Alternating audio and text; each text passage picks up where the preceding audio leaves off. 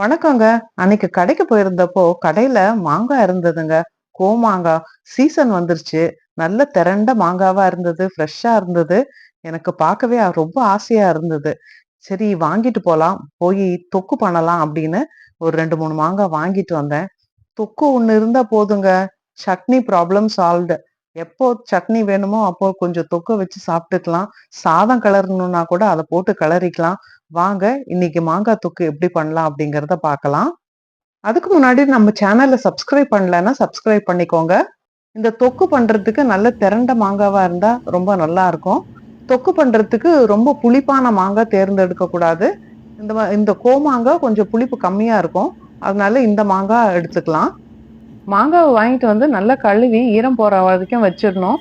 எங்கேயானு கொஞ்சம் ஈரமா இருந்தா கூட இந்த மாரி டவல்ல தொடச்சிரணும். தொக்கு செய்யும்போது கொஞ்சம் கூட ஈரமே இருக்கக்கூடாது. மாங்காய், இந்த துருவி போடுற பிளேட்டு, துருவி எதுலயுமே ஈரம் இருக்கக்கூடாது. இந்த மாரி துணியில நல்ல ஈரத்தெல்லாம் தொடச்சிட்டு, இந்த காம்பு பகுதிய கட் பண்ணிடலாம். கட் பண்ணிட்டு இத துருவியில துருவணும்.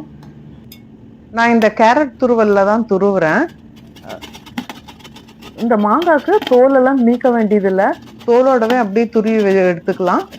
மாங்காவ தொக்குக்கு துருவி செஞ்சாதான் நல்லா இருக்கும். மிக்ஸிலலாம் போட்டு அரைச்சா நல்லா இருக்காது.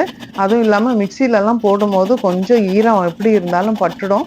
இல்லைன்னா அங்கே மாங்காய் வந்து பெரிய துண்டா நிக்கும். அதனால இந்த மாதிரி நல்லா துருவி எடுத்துக்கணும். நல்ல முழு மாங்காயும் துருவி எடுத்துக்கலாம்.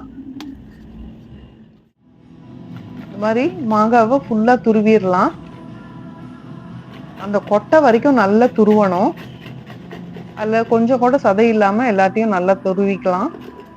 பாருங்க, கொட்டை மட்டும்தான் பாக்கி இருக்கு. மீதி எல்லாம் நல்லா துருவி எடுத்துட்டேன். இந்த மாங்காய் கொட்டையை தூக்கி போட்டுறாதீங்க. இந்த மாங்காய் கொட்டையில உள்ள இருக்கிற பருப்பை எடுத்தா நிறைய மருத்துவ குணம் இருக்கு அதுல. மாங்காவை இப்படி பூ மாதிரி துருவி எடுத்துக்கலாம். இந்த மாதிரி நல்லா துருவி எடுத்துக்கலாம். இந்த துருவல்ல எல்லாம் கூட நிறைய மாங்காய் ஊட்டிட்டு இருக்கு. அதையும் எல்லாம் சேர்த்து எடுத்துக்கலாம். துருவி வச்ச மாங்காயை இப்ப தாளிக்க போறோம். அதுக்கு 2 ஆறுக்கு கருவேப்பிலை எடுத்திருக்கேன். ஒரு 4 மிளகா வத்தல் எடுத்திருக்கேன். வானிலையில ஒரு 4 டேபிள் ஸ்பூன் நல்லெண்ணெய் ஊற்றிருக்கேன். அதில் 1 ஸ்பூன் கடுகு போட்டு பொரிஞ்சிட்டு இருக்கு.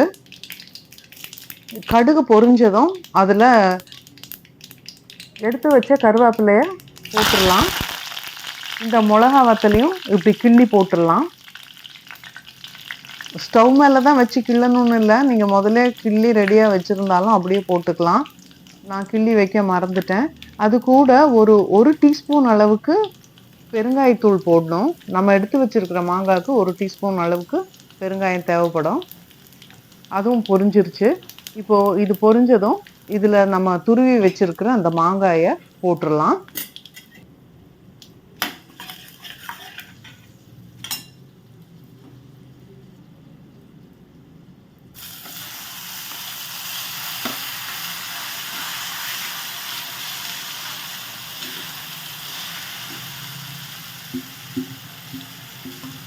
துருவி வச்ச மாங்காயை போட்டாச்சு. அப்படியே வதக்கி விடணும். அடி பிடிச்சிடாம வதக்கணும். ஸ்டவ்வை மிதமாக வச்சுக்கலாம். இப்போ எல்லாத்தையும் சேர்த்து நல்லா வதக்கி விடணும்.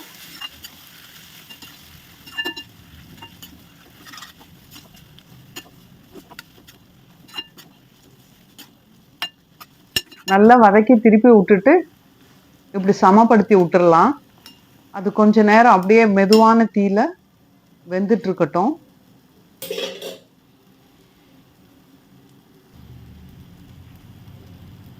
நிமிஷத்துக்கு ஒரு வாட்டி இந்த மாதிரி நல்லா கலக்கி விட்டுடணும். கொஞ்சம் நல்லா வதங்கினதுக்கு அப்புறமா தான் உப்பு போடணும். நான் ஒரு 4 டீஸ்பூன் உப்பு போடுறேன். நீங்க உங்க டேஸ்ட்டுக்கு தகுந்த மாதிரியும் மாங்காவோட புளிப்புக்கு தகுந்த மாதிரியும் உப்பு போட்டுக்கோங்க. முதல்ல கொஞ்சமா போட்டு அதுக்கப்புறம் பத்தலைன்னா கூட கடைசியில சேர்த்துக்கலாம். உப்பு போட்டதுக்கு அப்புறம் நல்லா கிளறி விடணும். உப்பு போட்டதுக்கு அப்புறம் பார்த்தீங்கன்னா மாங்காயில இருந்து அந்த ஈரத்தன்மை எல்லாம் கொஞ்சம் வெளியே வந்துட்டே இருக்கும். அந்த மாங்காவோட ஈரம் ஃபுல்லா போற வரைக்கும் நம்ம இப்படி வதக்கி விட்டுட்டே இருக்கணும். இந்த மாதிரி வதக்கி விடுறது எதுக்குன்னா அடியில பிடிச்சிக்காம இருக்கிறதுக்கு தான். தண்ணி கம்மியா இருக்கிறதுனால நம்ம கொஞ்சம் அப்படியே விட்டுட்டோம்னா கீழே பிடிச்சிக்கும். ஒரு 10 நிமிஷத்துக்கு மேலேயே கிளறியாச்சு. இப்ப பாத்தீங்கன்னா கொஞ்சம் திக்காயிருச்சு.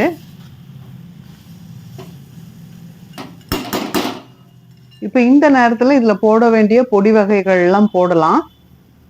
மிளகாய் தூள் போடுறேன். மிளகாய் தூள் 3 டீஸ்பூன் அளவுக்கு போடலாம். இது வீட்ல அரைச்ச மிளகாய்-தூள். இந்த மிளகாய்-தூள் எப்படி மிக்ஸிலயே அரைக்கிறது அப்படிங்கிறது ஒரு வீடியோ போட்டிருக்கேன். உங்களுக்கு இன்ட்ரெஸ்ட் இருந்ததுன்னா, தேவைப்பட்டதுன்னா அது பார்த்துக்கோங்க. உங்க மிளகா பொடியோட காரம் எப்படியோ அதுக்கு தகுந்த மாதிரி போட்டுக்கோங்க. போட்டுட்டு இப்ப நல்லா கிளறி விடலாம். மிளகாய்-தூள் எல்லா இடத்துலயும் கலங்கட்டும். 1 நிமிஷம் விட்டா கூட கீழே கொஞ்சம் லேசா பிடிக்கிற மாதிரி இருக்கும். அதெல்லாம் நல்லா சுரண்டி விட்டு நல்லா இப்படி கிளறி விடலாம். கிளற கிளற பார்த்தீங்கன்னா அப்படியே மிளகா பொடியோட கலர் மாறிட்டே வருது பாருங்க. நல்ல சிகப்பாயிடுச்சு. நல்ல எண்ணெயோட சேரும்போது அந்த மிளகா பொடிக்கு அந்த கலர் வந்துடும். இந்த மாதிரி அடியில ஒட்டி இருக்கிறதையெல்லாம் நல்லா சுரண்டி எடுத்துடலாம். இப்போ ஆல்மோஸ்ட் தொக்கு ரெடிங்க. இந்த தொக்கு 1 மாசம் வரைக்கும் கூட நீங்க வச்சுக்கலாங்க. இது நல்லா ஆற விட்டுட்டு அதுக்கப்புறம் தான் எடுத்து கண்டெய்னர்ல போடணும். இப்ப பாருங்க நம்ம கிளற கிளற அந்த எண்ணெய் எல்லாம் அப்படியே வெளிய கக்குது பாத்தீங்களா? இந்த மாதிரி எண்ணெய் கக்குற ஸ்டேஜ்ல தான் நம்ம இதை இறக்கி வைக்கணும். அப்பதான் தொக்குல சுத்தமா ஈரமெல்லாம் போய் எண்ணெய் வெளியே வர ஆரம்பிக்குது. இந்த ஸ்டேஜ் தான் கரெக்டான பக்குவம். இப்படி எடுத்து வச்சீங்கன்னா நீங்க மாச கணக்குல கூட இந்த தொக்கை வச்சுக்கலாம். ஈரம் படாம வச்சுக்கணும். ஃப்ரிட்ஜ்ல வச்சுட்டீங்கன்னா ரொம்ப நாளைக்கு இருக்கும். ஆனா இந்த ஒரு தொக்கு இருந்துட்டா போதுங்க. நமக்கு சட்னி அரைக்க முடியலன்னா கூட இந்த தொக்கு வச்சு சாப்பிட்டுக்கலாம். எங்க வீட்ல இந்த தொக்கு சப்பாத்தி, பிரெட் இதுக்கெல்லாம் கூட நாங்க யூஸ் பண்ணுவோம். ரொம்ப நல்லா இருக்கும். டேஸ்ட்டா இருக்கும். சும்மாவே ஸ்பூன்ல எடுத்து வச்சு கொஞ்சம் கொஞ்சமா நக்கிட்டு இருப்போம். அவ்ளோ டேஸ்ட்டா இருக்கும். அவசரத்துக்கு சாதம் கிளறிட்டு போகணும்னா கூட இந்த தொக்குல கொஞ்சம் எடுத்து போட்டு கொஞ்சோண்டு நல்லெண்ணெயை விட்டு கலந்து எடுத்துட்டு போயிடுவோம். பாத்தீங்களா அந்த சூட்ல இருக்கும்போது அந்த எண்ணெய் எல்லாம் அப்படி பிரிஞ்சு வருது பாருங்க. இந்த அளவுக்கு எண்ணெய் பிரிய ஆரம்பிச்சதும் ஸ்டவ் ஆஃப் பண்ணி நல்லா ஆற விடணுங்க. நல்லா சுத்தமா ஆறுனதுக்கு அப்புறம் தான் பாட்டில போட்டு ஸ்டோர் பண்ணி வைக்கணும். இந்த மாங்காய் தொக்க கண்ணாடி பாட்டில போட்டு ஃப்ரிட்ஜ்ல வச்சீங்கன்னா 6 மாசம் வரைக்கும் கூட யூஸ் பண்ணலாங்க. ரொம்ப நல்லா இருக்கும். நல்ல மாங்காய் இப்ப அந்த கிளிமூக்கு மாங்காய் நல்லா கிடைக்குது. வாங்கி செஞ்சு வச்சுட்டோம்னா ரொம்ப சுவையா சாப்பிடலாம். இந்த தொக்க சாதத்தோட போட்டு பிசைஞ்சு சாப்பிட்டோம்னா அவ்வளோ டேஸ்டா இருக்குங்க. ட்ரை பண்ணி பாருங்களேன். நீங்க ட்ரை பண்ணி பார்த்துட்டு எப்படி இருந்தது அப்படிங்கறத கமெண்ட்ல சொல்லுங்க. இந்த வீடியோ பிடிச்சிருந்ததுன்னா லைக் பண்ணி ஷேர் பண்ணுங்க. சேனல் பிடிச்சிருந்ததுன்னா சப்ஸ்கிரைப் பண்ணுங்க. நன்றி, வணக்கம்.